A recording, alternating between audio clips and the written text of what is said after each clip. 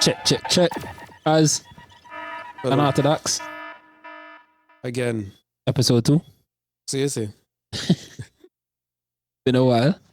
It's been a little bit. A lot has transpired since the last time we were on this. Well, we've never been on this particular set with this setup here. This Like an old coach I have you. Yeah. Headache. Try to make it work, but I can make it work. Different vibe. Yeah, different energy, different feel, different everything. For sure. Ignorance is undefeated is still there. Displacement podcast is still there. Right now, people just busy. So today I don't know how much time I'll clean out the studio, but today I clean out the studio again. I try to rearrange one or two things. Yeah. Here we are again. So the vibes, no? Let's start do some catching up. What new with you? All kind of things new. Anything you can disclose? Anything I can disclose? Well, apart from the fact I'm wearing a pink shirt. Oh yeah. Because we are still in the month of October. Shout out to all the breast cancer survivors. Yeah, bringing awareness to that cause. Facts. It's a big thing. Everywhere you go at this time of the year, this month, I mean, you see everybody wearing the pink, everybody supporting. It's really good to see when there are good causes being well supported by business places and even people outside the business place to bring awareness to real health issues that plague everybody. So if you're in that age range as a female, do what you need to do. You're better safe than sorry. Lots of medical facilities out there that can sort you out. That's true. Yeah. So don't wait till it's too late. Might be a little uncomfortable now, but it save your life. And fellas, play your part as well too, especially if you're in a relationship. Do your weekly checks. That for being a doctor. You can do your weekly checks to make sure everything is intact. You understand? It's recommended. Said by Mello. The views of Mello does not necessarily reflect the views of us. So. Neither is this medical advice. That's true. I'm not a medical professional. Sorry. I'm not in that field, but it's alleged that, we men can play our parts as well too. So. I heard anyways, let me not go on that. That's not Let's see where they try to go, but that's cool. Time or place. But either way, a few things have transpired. So on your end, you didn't disclose nothing. You deflect very well. You didn't disclose nothing. But it's cool if you don't want to disclose. I mean, apart from just being busy with family, life, doing some side hustles, projects, things that hopefully should kick off the ground this year. Only other thing that I really would disclose is hopefully God spare life tomorrow.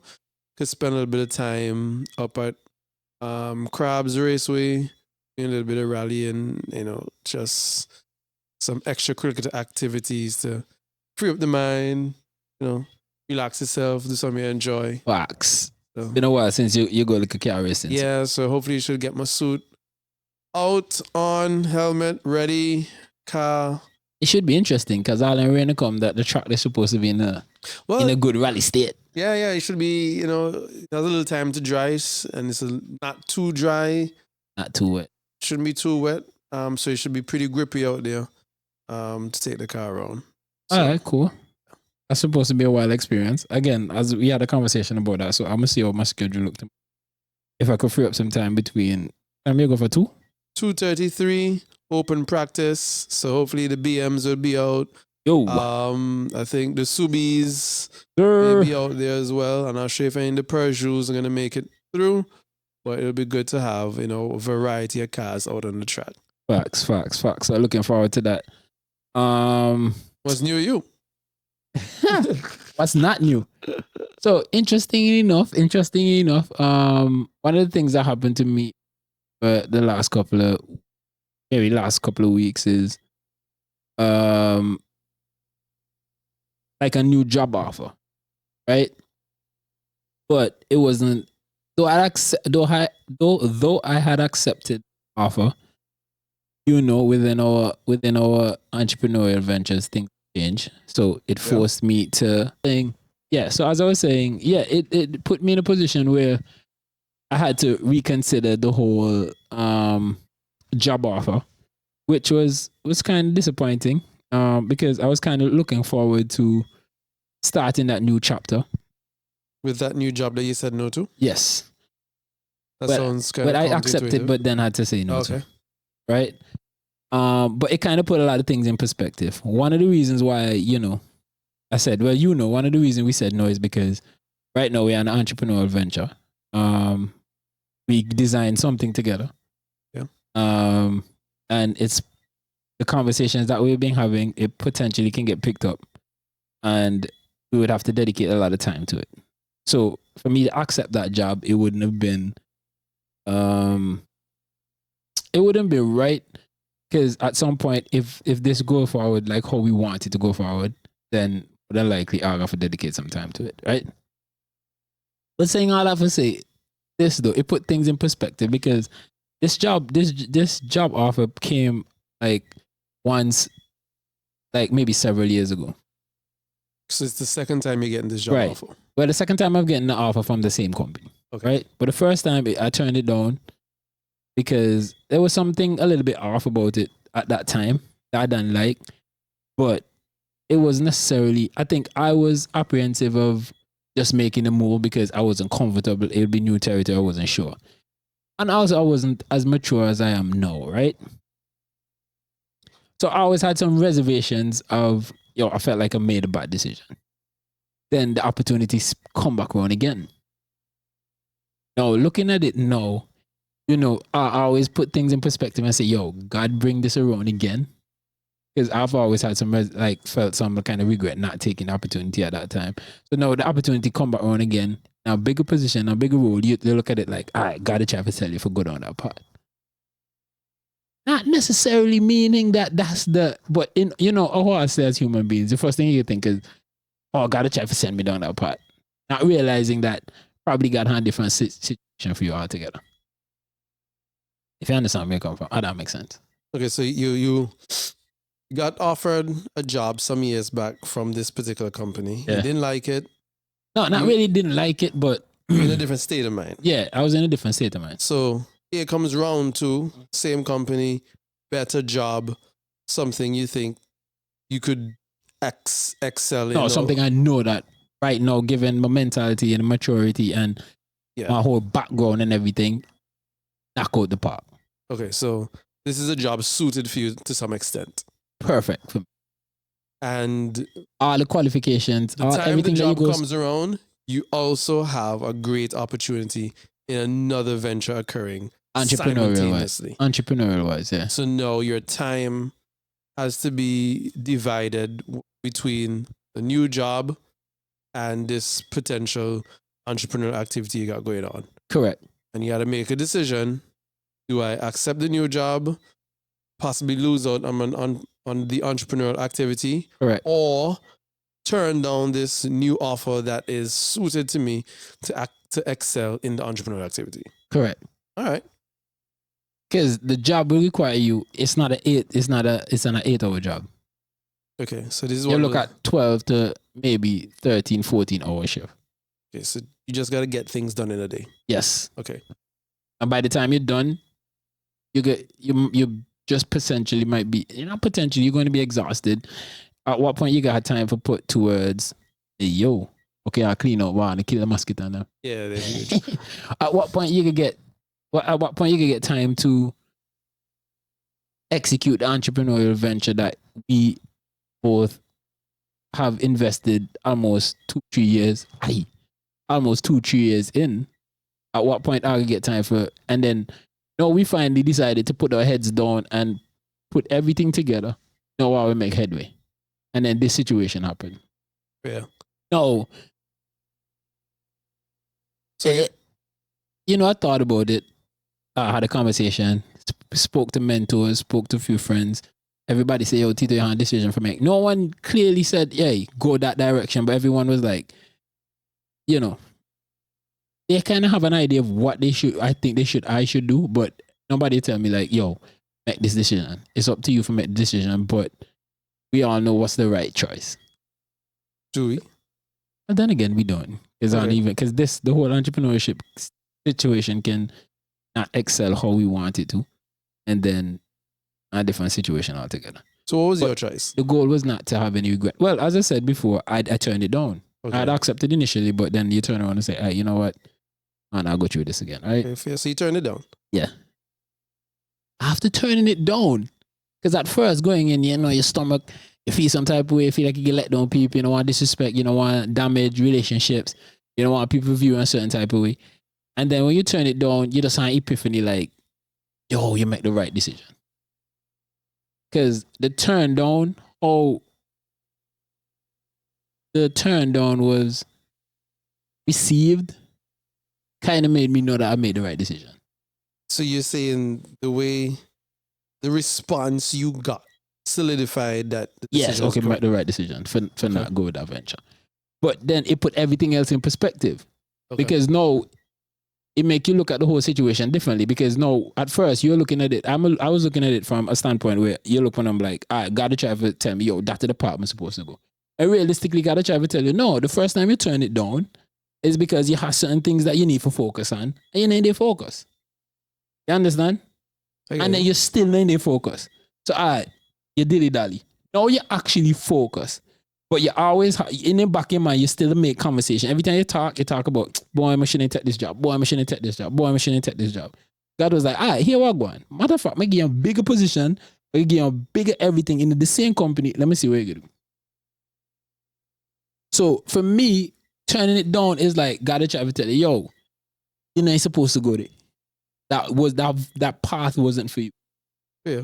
The path that you're supposed to go, because it just how the response of that whole situation went, just kind of solidified that, all right, cool.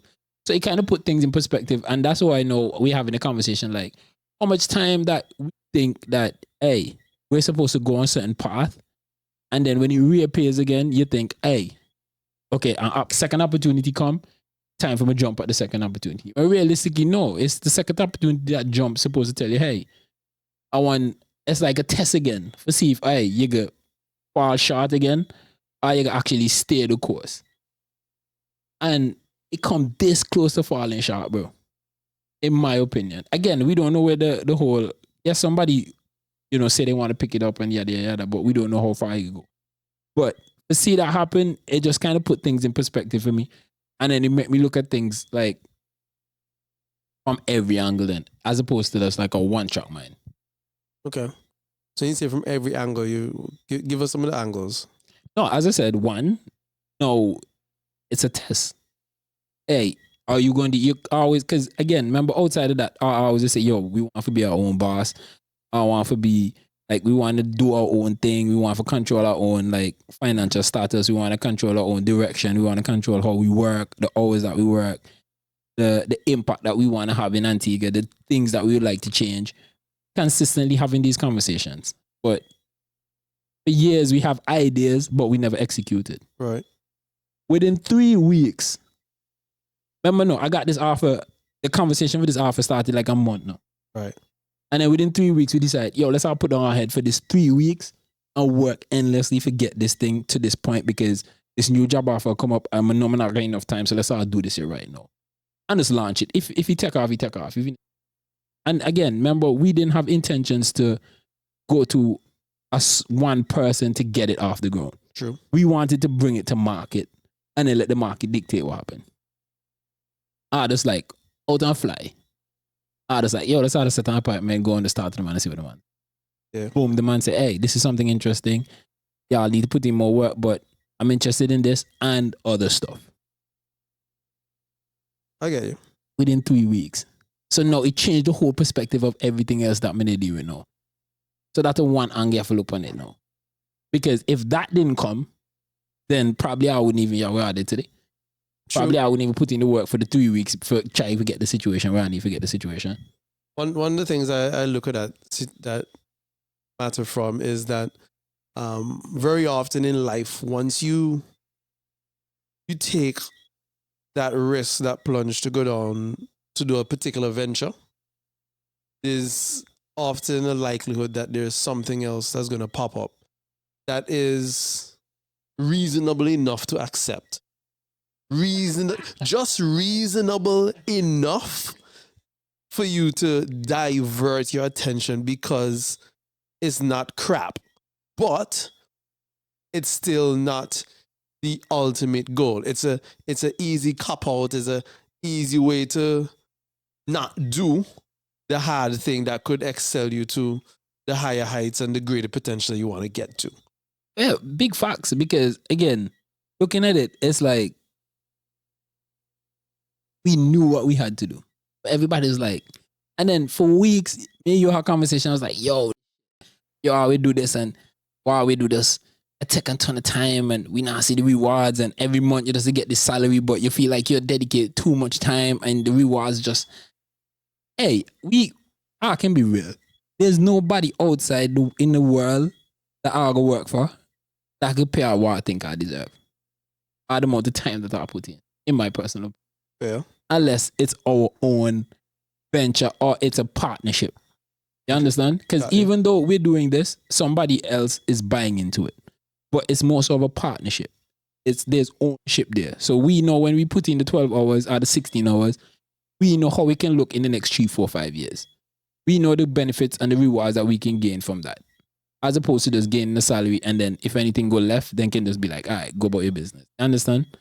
So for that to happen at that time, and for putting me in a position where, as you said,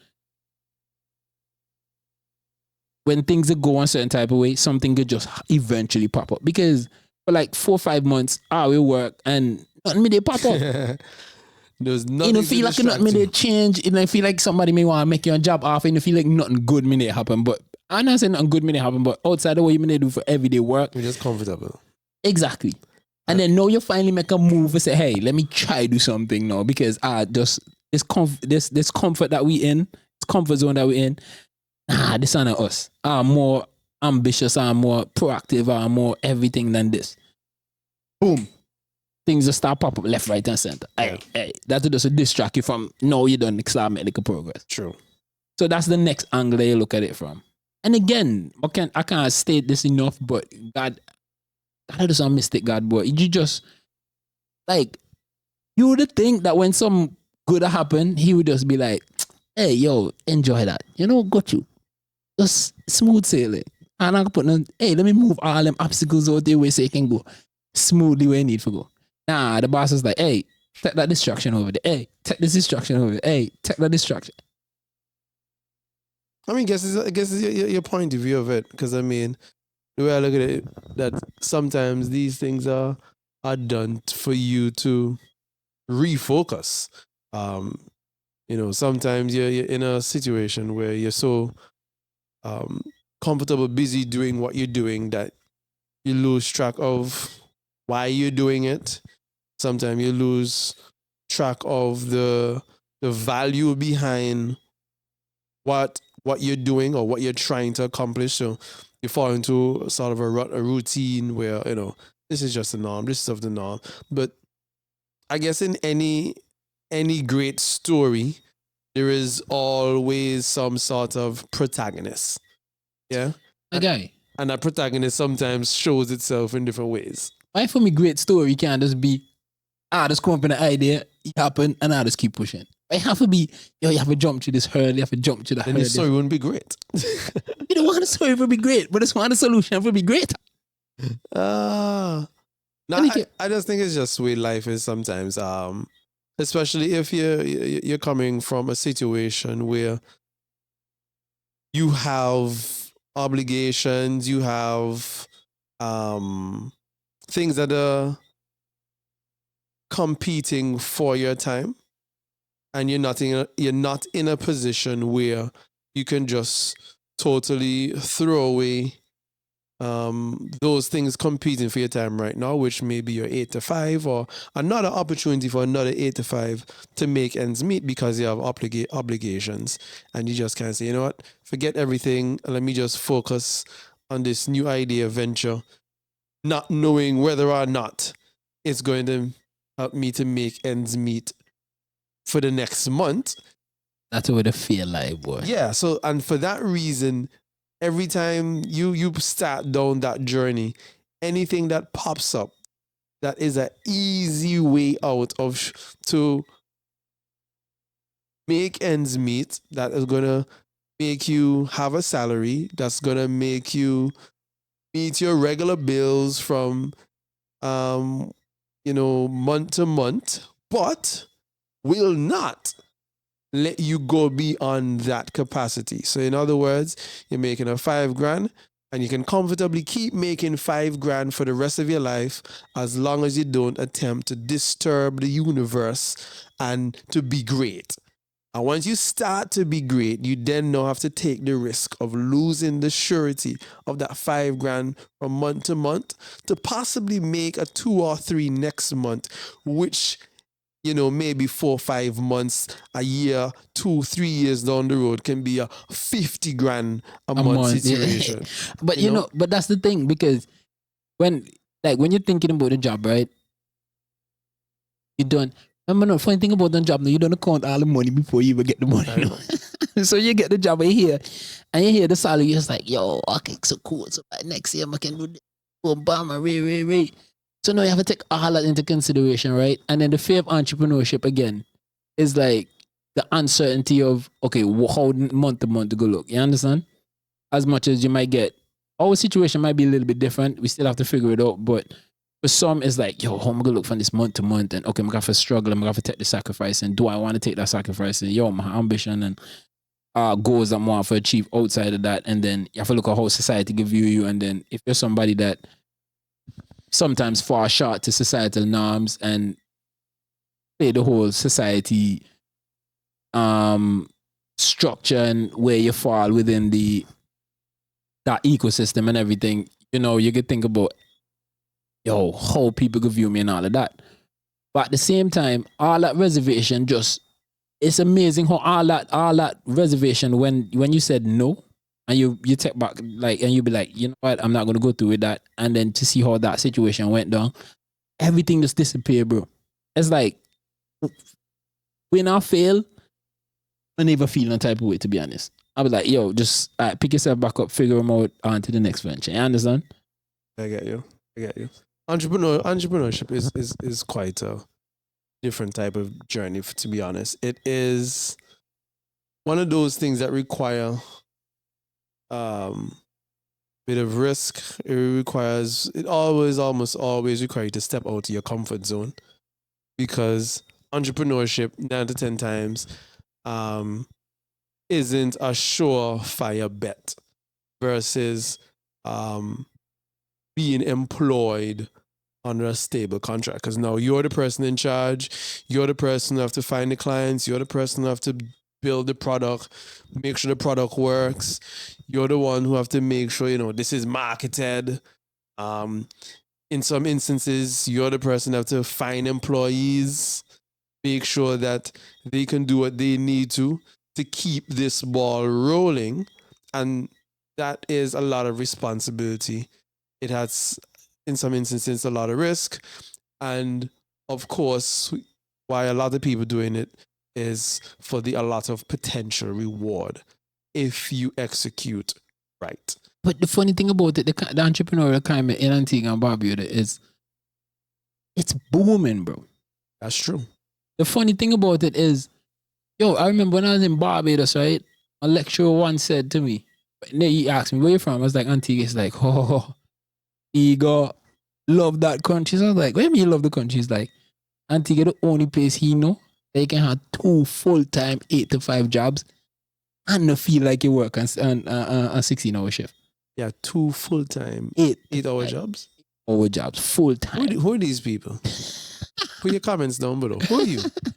So when the man said so, I started to think about it. I was like, yo, the man said, yo, he come to Antigua and realized almost everybody in Antigua, hustle. Everybody had like a side dig or whatever thing.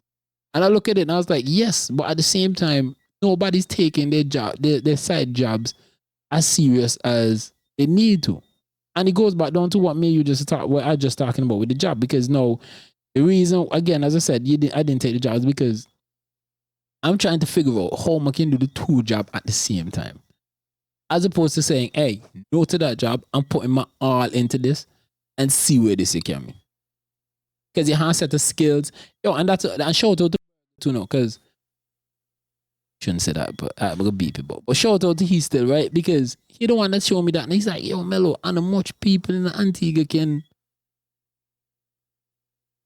do on this particular job that's required, and most of the time is they have to bring somebody from outside to come inside Antigua to do it, and it's still a learning curve because they have to come in and still try to understand the market. You understand? So take the man's like, yo, if that's the way you want to do, take the risk. Take the risk by yourself. Bet on yourself. You have set the skills that, yo, if you fail, then you fall back on the skills. But don't be like, just like how you sit down and wonder, yo, boy, I mean, I take the job the first time. Look, the job come back around again at a higher position.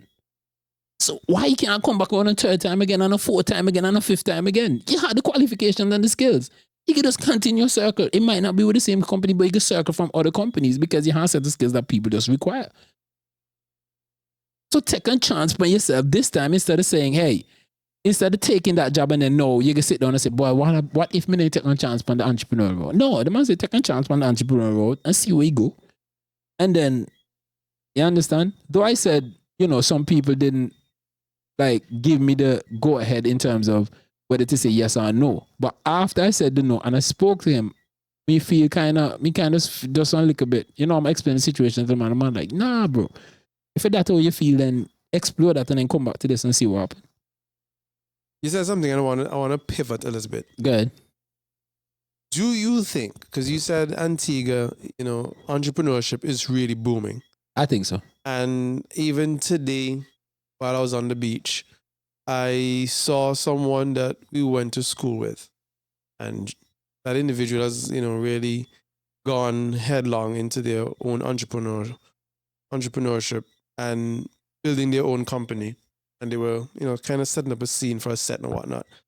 And I'm thinking to myself, do you think we run a risk where we have too many entrepreneurs? What do you think is going to be a potential issue or risk where you have too many persons attempting to be their own boss? Do you think that's a downside for society where you have too many persons?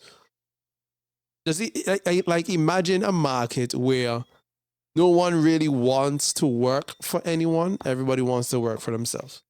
Everybody want to work for themselves, bro. Well, majority of people want to work for themselves, but do they have let's move from the want, but where that is actually done, where people are executing, everybody's executing. Well, a lot of people are executing to the point where you want somebody to work and they're like, nah, because I'm working for myself. I don't think you can have too much entrepreneurs, to be honest, right? Because there's levels. They're full-time, they're part-time, there's still levels, right? I think what you're talking about is full-time. Everybody being full-time entrepreneurs. But I think the issue, where I think most of my issue lie is when everybody wants to be entrepreneurs and sell barbecue chicken. And this is no knock to anybody that does it. I'm just using that as an example, right? What I'm trying to say is everybody want to become an entrepreneur in a market that's oversaturated. And there's only so much people and so much mouths to feed. You understand? So that's where I have reservations and fear. But outside of that, realistically, you're a finance person, you know the 80-20 rule. Yeah. At the end of the day, bro, not everybody, not only 20% have the tenacity or the courage or the gumption to go forward and become full-time entrepreneurs and be invested. A lot of people can start. You have more failures than success stories. And a lot of people don't take their failures and assess their failures and then revamp themselves and try again. A lot of people accept the failures and be like, you know what? I know people that been entrepreneurs, started their 5 year and then just one more year for be like, boom, gone. And they decide, I'm going to quit and go back to corporate. And then somebody else just come and watch them for the 5 years and say, okay, this is where you made the mistake. And within 1 year, 5, 6 years later, 10 years later, them are anti quote unquote million. You understand? Okay, so I'm gonna blow this thing wide open. Pause. Go ahead. Do you believe? Yeah. because we're in 2025, we're on the brink of 2026. OpenAI is no longer a niche company to a niche set of people. Do you believe that now, moving from 2025 to 2026, in the advent of AI, that confident level for most people to become entrepreneurs is just going to be so high because everybody, quote unquote, is going to think to themselves that they have way more information and expertise at their hand that they can, quote unquote, be an entrepreneur in a particular area because AI is a tool they can utilize. Us. Right now, don't play me, boss. We're two smart people. Intelligent enough people have a conversation. Stop catering to the audience, right? AI does some buzzword right now. Okay. I just some buzzword right now. The same thing they said about the computer. When the computer first came, it was like, yo, so do you think the computer's going to change and revolutionize this? And we still have a bunch to use it. And let me, because that's like, gosh. It's a bunch of people who don't understand the technology. Agreed. And that's something how people today still don't know how to use on computer, bro. You understand? And it's not because of the lack of access to computer. It's just the fact that they're just ignorant to the fact, bro. And they just want to be ignorant to the fact. So as much as you want to look at the AI revolution that's happening now, if you don't understand it, how can you use it? It still go benefit the same 20%. So you don't think that we're going to have way more successful entrepreneurs and on average because of AI? No, I think we're going to. It's still going to fall within the 20%. Okay. 80% still have to do the work. When the 20% come up with the ideas, 80% still have to come and execute the mission. Because a lot of people are not going to dedicate the time that it takes. You know how much hours you put in, bro? You know how much people... I'm aware. Exactly. A lot of people not going to take the time out to put in those hours, bro. You understand? So, as much as we want to look at it as... It's like you hear some people say, yo, I have a problem. And somebody say, just use AI. I was like, yo, it doesn't work like that, bro. You have to understand the problem, have some sort of idea of the solution that you're looking for, and then allow the program to guide you to get you there or to help you get there. Sometimes you use the program and the program don't even come back with all the information that you want it to. It comes back with maybe 35% of what you're looking for. And then you say, okay, out of the full scope of things, you take out the 35%. It's like, all right, this I could work with. And then you continue to develop, and then you put back in that, and then you get out the result again. And it's put in, get out, put in, get out, put in, get out, until you get exactly what you want. Some people have this notion that, hey, I have this idea, I want to build one robot that can carry me from, that can wash all my clothes. Hey, build me a robot that can wash all my clothes. It's called a washing machine. Exactly. Build me a robot that can wash all my clothes. Okay, so hold on. What clothes you want to wash? The white clothes? Colored clothes? Call the cycle. Oh shit. No, you stuck. Because all you may want a robot for wash all your clothes. Then you don't know. Also, I've learned again, remember, I used to be an innovation specialist, right? I've learned that a lot of people think they have good ideas, but they over-engineer simple ideas, make them complicated, then try find a solution for persons who has no usability. Because you engineer something that is so simple. Like the spoon. No, you want a spoon that you can just press a button and the spoon start. Why? You know, most spoons, there's a reason why most spoons aren't straight. Why? You never realize that most kitchen utensils aren't actually straight. Yeah, that's like Ben, yeah. Pause. Yeah, it's actually engineered. Never thought about it too tough. Think if you straighten a spoon. Tell me if you think. If you straighten a spoon or more than likely you not pick up. You realize you just can't eat with it properly. Exactly. So the bend is there so you can. Yeah. And you have people over there now trying to reinvent the spoon kind of different way. For what? A spoon not good enough. Try find a different solution. Cook your food differently. No, I'm not saying that you shouldn't. Sometimes you should try. And then when you realize, okay, this is this, because how you gonna know something perfect if you don't try? You try and be like, you know what? Boom. Actually, this is perfect. But along you trying to reinvent something, then you find but don't try to then reinvent it. And then when you come to whatever mechanism that you come to, you think, oh, this is the greatest idea ever, and put them to market. Sometimes it just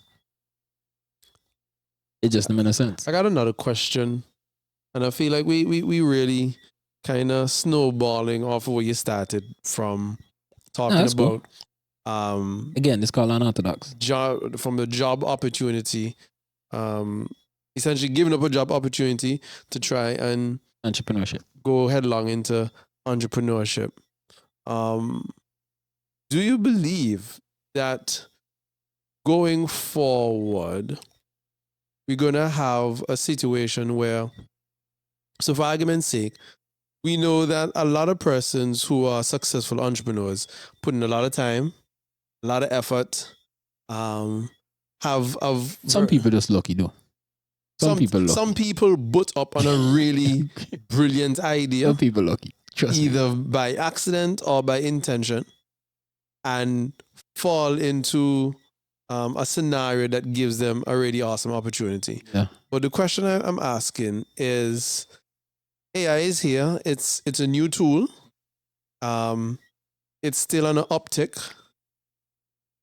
Do you think that the inverse is actually going to happen, where the distance between the 20% and the 80% is actually going to increase because the 20% are going to get so far ahead from properly understanding and utilizing AI versus the 80% that do not fully understand how to utilize and grasp and maximize it?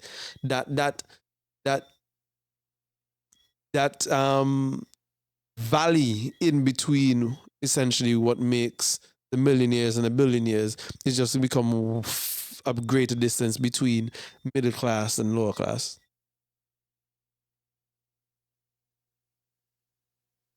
The 80-20 principle, I think it's called the Pareto, the Pareto principle, right? It's a principle that exists at the end of time. Beginning of time. Time has not ended yet. Beginning of time, sorry, yeah.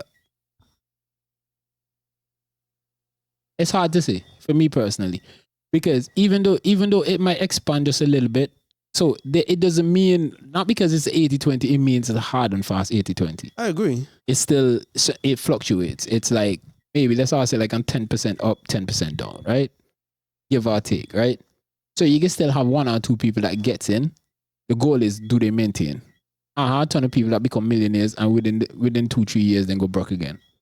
Agree. Because they don't know how to sustain, right? So as much as you think more people might get in, can all of them sustain? Can all of them maintain the wealth that they accumulated over the years? Can they maintain the status? You have to take into consideration ego, society, market change. There's a lot of factors to take into consideration. Adaptability, would they adapt? Do they pivot, just like we spoke about in a company? Do they have some people stumble upon a good idea and then they just stuck there and expect that good idea to run for 15. When the good idea just one a situation, it could be just a fad product as well too. Yeah. It could be in case where it's just good for the 2 years and then that's it. You understand? So it's very tricky. Let me give you a perfect example. Music, a perfect example. For 3 years straight, they run Antigua red. 3 years straight, hot fire. Where are we for today? I have another question on music, which is separate that I want to get to. but let me answer that. Where are we today? Only one person still running. Right. You understand? So, and I would consider myself in that 20. And then I fall out of the 20. In the 80. No, I'm back in the 80 again. Not even in the 80. No, I'm in the 80 because now I'm consumer music. I'm not a producer of it anymore. You understand? I get you. And that's where a lot of people, and that's where the comfort lies. Being consumer. That's why you see on certain set of ethnicity groups keep growing and keep doing better. Because it's ingrained in them, or ingrained is the word, or engraved in them to, hey, this is the lifestyle. This is where we come from. This is our lineage. This is where you have to continue. Some of them not even force their kids to go to university because the business, they fear continue this business. As much as a lot of people look at it as demeaning and yada, yada, yada, you don't see them bank account and they get fulfillment of doing their job. You understand? So, though, to answer your question, it's very tricky, but I don't see it happening anytime soon. Because our consumers, bro. It's very easy for consume. I agree, but I'm saying the question really is, will it become harder to move out from the 80 over into the 20? Will it? Because of AI. As, hard. Like AI out to the picture completely. No, as in, no, but that's the premise of the question. Because a lot of people So you think coming out to the 80 is going to be easier because of AI? Me personally? Yeah. It's a Not buzzword. really. Exactly. It's a buzzword, bro. I'm just throwing the question out there. For me and for the discussion. Actually, yes. Let's put it this way. For people who know how to use it, because right now we consider ourselves, I wouldn't say borderline 80-20, but we know what we need to do in order to get into the 20. Fair. Sometimes the lack of resources or the lack of the right idea is what's keeping us from getting into the 20. I think time right now is the biggest issue. Exactly. Yeah. So with AI, with artificial intelligence, we can then know, hey, with our ideas or the copious amount of ideas that me and you have, I can throw it at this technology until I get one of them for stick, and that's the one that I go put our attention to, and then say, hey, now I go force our way into that cabal or into that 20%. And because of how hard I work, and because we understand the technology, we're going to try to make sure that we look at our 5-year strategy and how we can change the market and how we can move forward to maintain there. So for people like me and you, yes, I see that happening. But the average man, very few. 1 out of every maybe 50, it might happen to. If that much. Or if that less, I should say. It might be 1 in every 1,000. Very rare, bro. I'll tell you my take on it. In my opinion. I believe that the advent of AI is actually going to make life a lot more difficult for a lot of people. And the reason I say that is because people still are not changing their habits of wanting things quickly.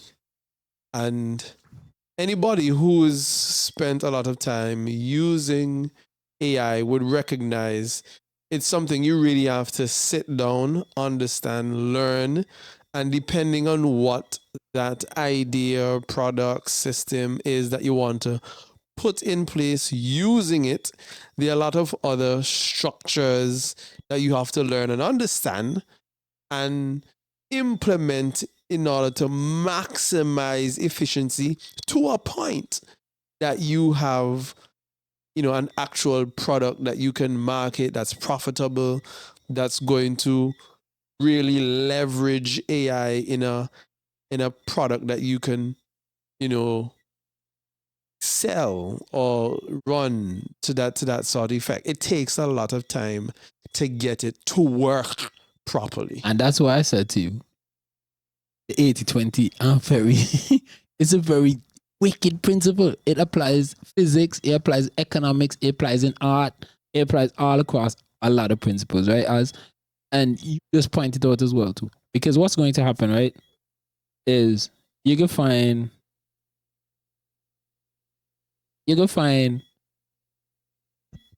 it's just like school, right? You can find a lot of people spend 10 years studying, right? Come out of school, get the big job, and make $1 million. Right. And then you have persons who work the 10 years until end up at the same $1 million. Okay. The difference is you can find more people who study the 10 years, end up at $1 million, than for more people who work the 10 years, end up at $1 million. And that's the 80-20 in my personal opinion. Okay. So the people in there who take the time out for study and understand the AI or the artificial intelligence, what it is, how it impacts life, Where is it going? What the future holds for it? Where do you see yourself fit into this architecture in the next 15 years, 10 years? They are the ones who are going to get into the 20 and learn how to sustain and maintain in the 20. Fair. They are going to be outliers along the way that work with it by tampering, working, asking questions, maybe get a mentor here or there, and then get in. Your job now is to maintain and stay in. True. You understand? So that's where I see, I just like one man work construction, find time he come out to 50, find time he 15, and until work construction when you're 55. Right. You don't learn nothing. Whereas a man that going into the 15, happen for buck up on a man like me or you, or a man like you and say, hey, save your money now. Hey, make sure you invest on $10 every month. Make sure you put that little money over so. Make sure you invest in a piece of land. Hey, make sure you do get life insurance. Make sure you get this. Make sure you set up yourself an endowment plan. Make sure you save this. Make sure you put the money in this venture. Do that, boom, bam, bam. Work the same 15 years. To get to the same position, same place. Because he just harmful lucky for one day in a bar, sit down with somebody like you, and you just spit some game. And you just harmful over here and he listen. How funny something. And that's where luck comes in as well too. Luck, even with us. Our situation very lucky. Opportunity is one of the biggest things. I remember I think there was a guy who is doing pretty well. I think he's out of Trinidad, and I think I saw an interview he did, and someone was asking him like, you know, how would he rank the things that got him to where he is, and then I think opportunity was slightly more important than the hard work that he put in. Because if you put in all the hard work and you get no opportunity, then I mean, I think that's self-explanatory. You really don't end up anywhere if you have no opportunity. Bro. Right, so you can work all you can, but you always need an opportunity. Somebody needs to either give you, or you pull the bull by its horn to get an opportunity. Yo, Anti-Cast Phil old lady teach me that, bro. Opportunities are really important. And sometimes, like they say, opportunity only comes once. You know what she tell me? A dilly-dally. When they try going to master, she was like, I was like, yo, no, I was talking to Phil. Like, bro, yo, why you gonna do your masters, bro? Like, what do you mean why Phil gonna do your masters? I was like, bro, you done good already. Nice job. Yo, explain to me why you gonna do your masters. Like, Tito, there's levels. I was like, nah, I mean, I understand. Explain. Because, you know, we just always think bachelors and that's it. Like, because masters put you in a different realm. And, you know, I was like, but you have to wait for somebody this and somebody that. I was like, exactly. It's better to be prepared now. With opportunity. That when the opportunity arises, you're done prepared. You know what that mean? She broke it down for me. She's like, it's better to be prepared and not have an opportunity than to have an opportunity and not be prepared, bro. True. So always go and prepare yourself so when the opportunity hits, it could, sometimes you create your own opportunity, bro. That's true. Just by going and preparing yourself, and somebody see that you prepare yourself, and somebody's like, all right, as soon as the boy is done, I'm gonna see. Yeah. So again, goes right back down to the 80-20. You understand? While you study. Prepare yourself. True. I wanna pivot, given that it's quite unorthodox. Yeah. Into that music question. And I'll get end because me don't like this music. Right? No, but you like this one. Sure. So let's take you back to, or take our audience back to the 80s. Right? We weren't really around. We were just coming on the scene because we're just born in the 80s. Yo, you show the age, boy. And yeah, I'm sure the viewers in here in the born like 20s. Yeah. But the point is, in the 80s, when you think of music, right? Music wasn't just what you heard. Music was also a personality, a feel. Music was also a dress code. Facts. Music was also how you interacted with people. Facts. When you bring that over to the 90s, You don't like music it, was 'cause- still a dress code. Music was still a personality. Oh, a couple girls, well, no, the boy get Music to the was how tunes, you them, interact with the people. Yes, facts.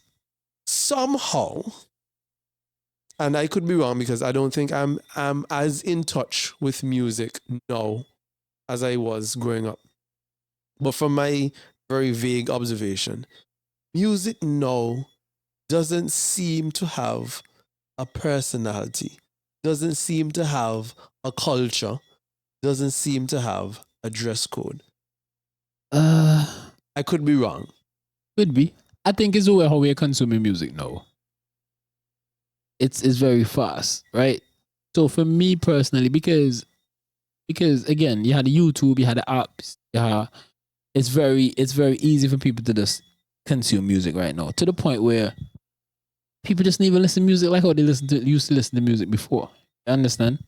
Right now, to be honest, there was a time where radio stations and DJs weren't as valuable. Now it's coming back because the market is so saturated, right? And that's why I like where we are right now. To answer your question, yes, it's like that.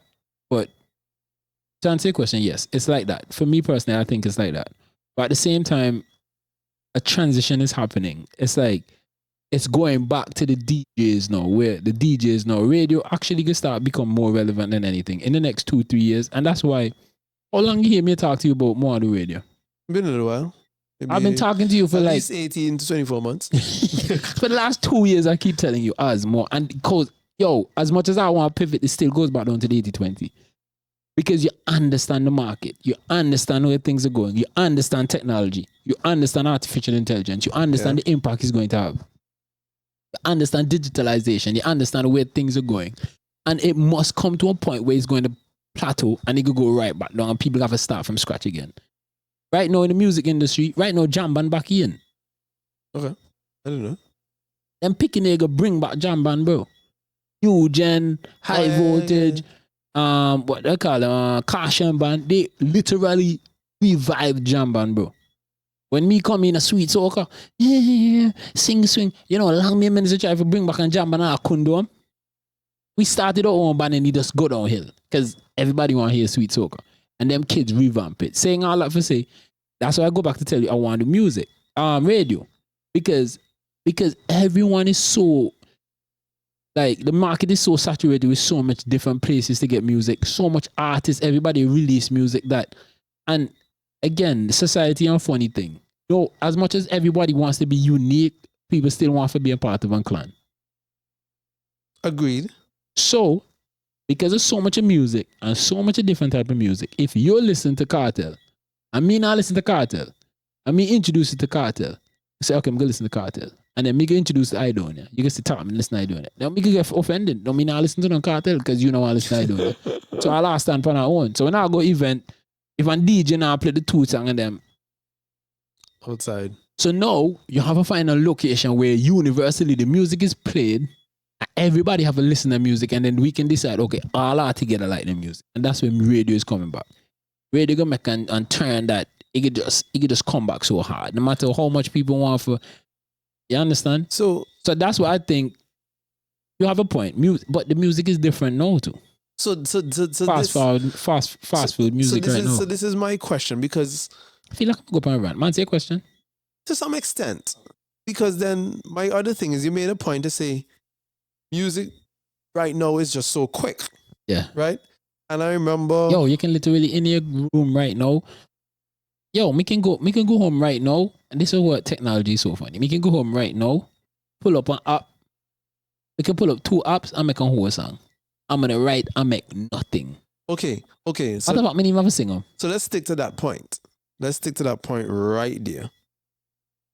You can use an app and you can make some music. Right? Now let's think about what we've considered to be there are a few songs in the industry this year that will not come off of AI. Fair enough. But still, let us ask ourselves the question. Back to the root question. Yeah. Does this music that's generated, however it was generated, whether artificially or not, does it fall into a known category that has depth, that has culture, No. that has No. personality. Because when you say category, me wait for you for this end on this, so I can tell you, yeah, crap. I said the category. Because if we and I say it all the time, I remember there were some weeks ago I went off, and from time to time I go off on these musical rants on my children, right? And You pick up an instrument like before, bro. Huh? No one is picking up an instrument like before. My children each play at least 2 instruments currently. Yeah. Right? And we were speaking about music. And I was making the point to them that while a lot of music is new, it is very rare that music is unique. Most of the greatest things that we've heard that I know of build upon something from the past. And I've found it's those persons who know how to re-engineer things from the old into current society often make, quote unquote, some of the greatest music and the greatest hits. And I was using the example at the time of songs from Jay-Z, songs from Kanye West. So at the time I was going through with them and I was saying, hey, look at Kanye West's song. He said, listen to this song. I made them listen to it, a clean version, of course. And then I said, listen to this. This like, oh. So I did that. Sampling.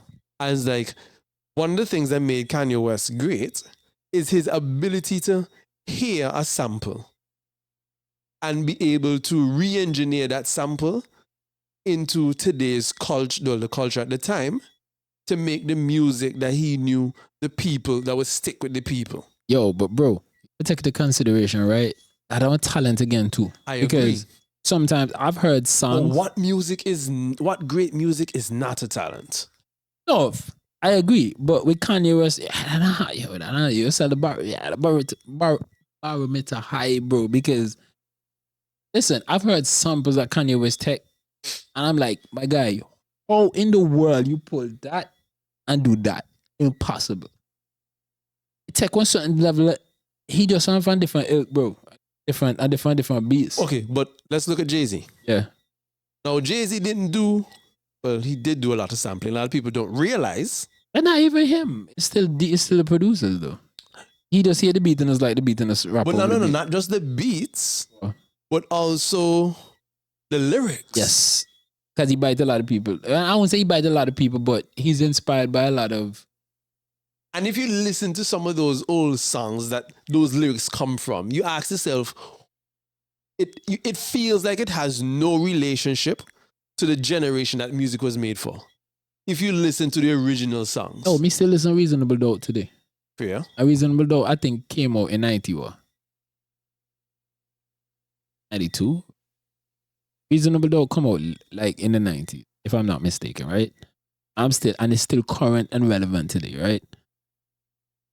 You could put me in a position where I'm going to give some gems now. Listen. Most of the lyrics on them that you hear, recycle lyrics now, bro. But that's my point. It's just like how you just... Because what I've learned over the years, it's just like me read, like... We have done papers. Yeah. Which means you have to read a book and then read a paper. Even in high school, you have to read a book and then write a book report on the book. Yeah. The book don't write, bro. Yeah. What can you write in your book report that 3 or 4 people in the class might not have the same thought? A new interpretation. No, but 3 or 4 persons can have the same exact thought, right? But where the outlier is the one person who reads that book and just take a whole different spin. A new interpretation. But it's the same book. It's the same book. I agree. But and that's where most artists need to come from. But that's where most artists need to write from. And that's the problem I have with the music today. But this is part of the question I'm having. So that interpretation back then followed the structure of a culture, of a movement. Yeah, but the lifestyle been different then too. I understand, but I'm asking myself, where are we now? So for argument's sake, I'm gonna go back, let's say to early, it might lie with your kids because no, you're getting the blueprint. You're showing them the path. That's another Jay-Z album. Right. Yeah, facts. 1, 2, and 3. Yeah. But you're giving them the path. You're not telling them, hey, so I might have to wait 2, 3, 4 generations. I might have to wait the next 3, 4 years, not 2, 3 generations. I might have to wait the next 2, 3 years to hear the music that we crave from your kids, because no, you have to tell them, hey, this is how you can stand out. That's how great music stand out. You have to come from somewhere. It must. I don't think this is me personally.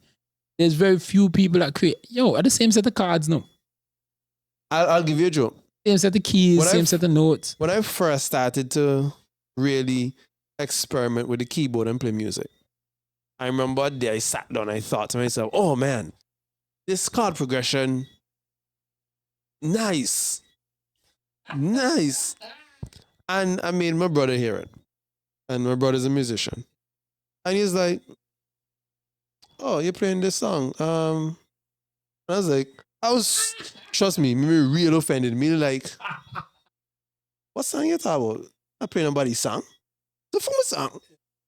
I'm like, no, that's not them. That chord progression. Yeah. He's like, go listen to this. Go ahead. I was just like, huh. It's been done already. Very always. And it's often very difficult to in a discipline where you are learned and you're cultured by already set theories and artists and so on, to emulate them and come up with something that doesn't follow their pattern and their style, right? And I think there have been very few moments where I've managed to do something that didn't follow a particular pattern and style. So I'll use the example of, I can't remember who musician is. There is a guy, you probably remember. There's a guy who have this song. I think it's the guy who has this song about the birdies, and they claim the entire song, it was just his vocals. This little bird on my the bird on my doorstep. That's a song? Bob Marley, No, not that one. There's another one. And everything in the song, from the tweeting of the bird and the humming, I think it's his voice. It's his voice, right? And I remember, because I was fooling around in computers so many at that time, back in 2000s. That's back when computers weren't as closed up as they are now, where you could go into the file system and you could meddle with all kind of different stuff. Back when you were changing your Microsoft startup sound from being Microsoft sound to the starting McLaren F1. Relax, you can still do it. Yeah, people don't do it now. That's what I'm saying. Nobody really into that. Nobody when they used to make songs out of tone on your phone. Yeah. Right? Facts. Yeah, remember my computer that started on some in the class here. I was like, yo, what the hell? Right. So during that time, I got into the file system and I took out all of Microsoft's sounds. Yeah. Right? So I took out the startup sound, the error sound, the alert sound, everything. And make music. And constructed a whole beat out of Microsoft sounds. Yeah. Minus, I think I had a timbrel. All right, nerd. But I constructed a sound. So what I did, I tuned the different sounds to a key and managed to create a whole rhythm out of Microsoft sound bank that came in the Windows sound bank.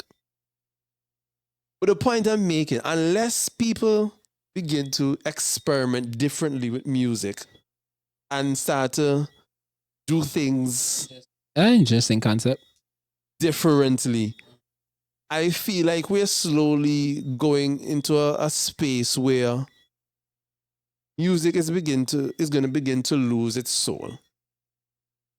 I just don't phase. It can come back again. I just don't phase. Everything on cycle, to be honest. You just go through a cycle where, and again, when I see things like this happen, I don't feel too bad about it. No, I don't feel bad about it. Because for me personally, no, it put me in a position where like, all right, cool. Like every year I hear a song that's solid, or 2 good songs or 4 good songs. That's why I haven't released music in the last 7 years, because for me, for release music, I'm looking for the window opportunity where it's like, just 4 solid songs. And then I can enter the market, like barriers to entry, right? So far, me hear like at least 10 to 12 good songs a year time. Okay. At what point me can try to force myself into that system? You wait for it. So it's either I'm gonna have to wait until after season to release, or just hope that one year that people are bad songs. You understand? And that's where the good songs and them lie out. That's why sometimes you can hear some of the jokey songs in them that we have a carnival time can break too. You understand? Because one is either they come at a good time where the good songs in them not release yet, or it come at a time where just maybe a viral video or something. I got one more question. Yeah, sure. Still on this music topic, because I'm very passionate about it. I say partially because I don't want to sound... Yo, me have to go home now, so me not chopping this. So here's the last thing. Will we ever go back to consuming music together in public? It's happening right now. So, in other words... Explain. I don't understand. As in new music or as in music in general? So listen. You know, go out? No, because I mean, I don't go out. They had Josh had an event called Rhythms. One of the biggest event right now in Antigua. So it's an R&B event. Fair enough. But here's the thing. So right now, we have fetes. We have events. From the dawn of time, I'm going to call it, up until, from my knowledge, and you can correct me if I'm wrong, up until maybe somewhere between 2014, 17, thereabout, especially in Antigua. And this is not something I'm necessarily promoting, but it's just an observation. People used to go on a weekend, aka to a club, a bar, something to this effect, to enjoy music in a group of people. It happens still. It happens still. I think what you're looking at... But I'm looking at regularly. It happens. I think what you're looking at, I think what you're thinking about is what we used to do in terms of like artists go Vice and Rush and them things. I mean, but it happens. It still happens again. And it exists in other places around the world where, quote unquote, the club isn't dead. No, in Antigua it happens. But the club thing in Antigua is kind of...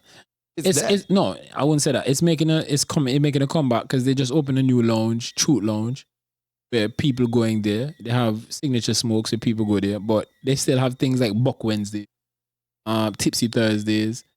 These are places that every Thursday, it's not a club per se, but it's like a bar and an open area. And that's the thing. I think looking at it as a closed thing, whereas evolution happens and things happen and people a different time, different era, different style, people want to do things different. I think everything on cycle and you can eventually make your way back. So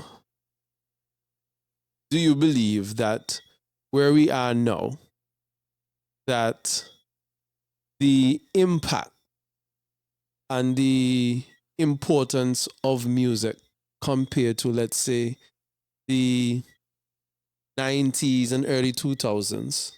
Because you remember back then, the impact of music wasn't just music for the sake of listening, but music was heavy in, social commentary of what's going on in society. It's there in us. I can tell you, it's there, but you have to mind it, bro. But I'm saying, do you think it's still happening to that extent for our culture? Yeah, it's there, man. You just have to mind it. It exists. I can tell you. No, to that, and I say it doesn't exist, but the importance it held back then. Nah, bro, what are you talking about, bro? You can't. Yo, just here let me listen to like on playlists on YouTube. We have Sizzler, Norris Man, Jack Cure, Buju Banton, Danik Silk. That's just an era, bro. That man's me young and hungry and despondent and different. And also the times been different as well too. Remember them band them Black Power, Africa repatriation. Them, I know I said that one energy, more. I know I said that one more. Nah, I'm not answering no more question from you, boss. I'm done. I'm not answering no more question, boss. Don't answer the question, but I'm going to put the question out there. Yeah. Not answer the question. But let's just end on that. Let me just say that. Let me just finish that part. You understand? I just want different energy, different vibe, different. Right now, I just want to boom, bap, pop, shot, killy. Okay. You understand? So last, Yeah, nookie jar and all kind of some. It's different era right now. well, all I'm gonna say, let us see if what is happening in the southern tip of the Caribbean leads to a new energy that's gonna impact music. Let's have a wait and see. Southern tip would be like Jamaican as well. No, the southern tip of Trinidad and Tobago. Oh, down south. Sorry, my bad. Yeah. The energy that's happening down there currently, respect to those situations without calling out any particular man, I understand countries. exactly what you're saying. But still. If that spills over, because I mean, it's only a matter of time before the situation begins to run itself up the archipelago, up the China Islands, and everybody's gonna have to weigh in. Well, they have an artist out of Trinidad called Helen Francis. He's I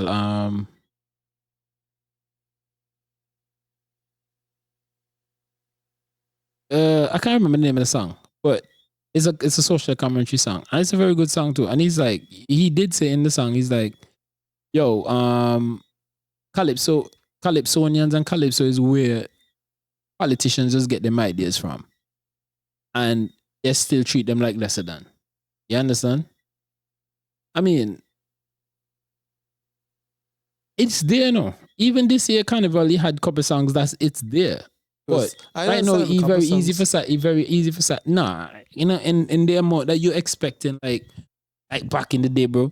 Right now, everybody hustling and trying to chase the bag, bro. Everybody, this is me. I always say this. There's no more Tim Hectors, bro. So we've left that era where music had that sort of impact. I don't think we've left that era, but we're in a time right now where it's just not as important. It's just like everybody doesn't mind their own business. And you do the same. Everybody doesn't mind their own business, bro, to be honest. That's just the reality of it. Everybody just focus on them. Everybody just, when it's a very selfish time. Whereas back in them times, everybody look out for everybody. Somebody will willing to put them in pen to paper and say what they have to say and stand on business. Understand? Everybody just stand on.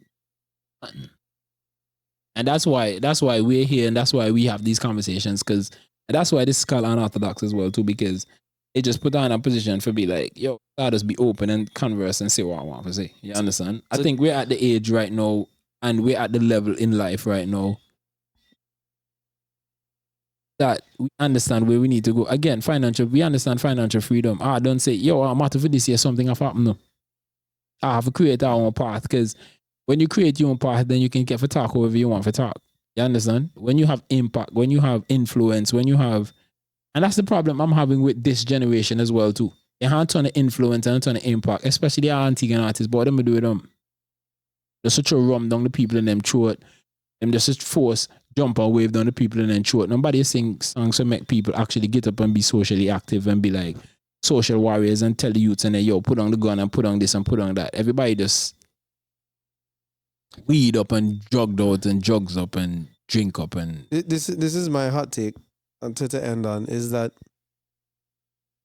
the next artist who has the ability, not just wants to, but actually has the proper creative ability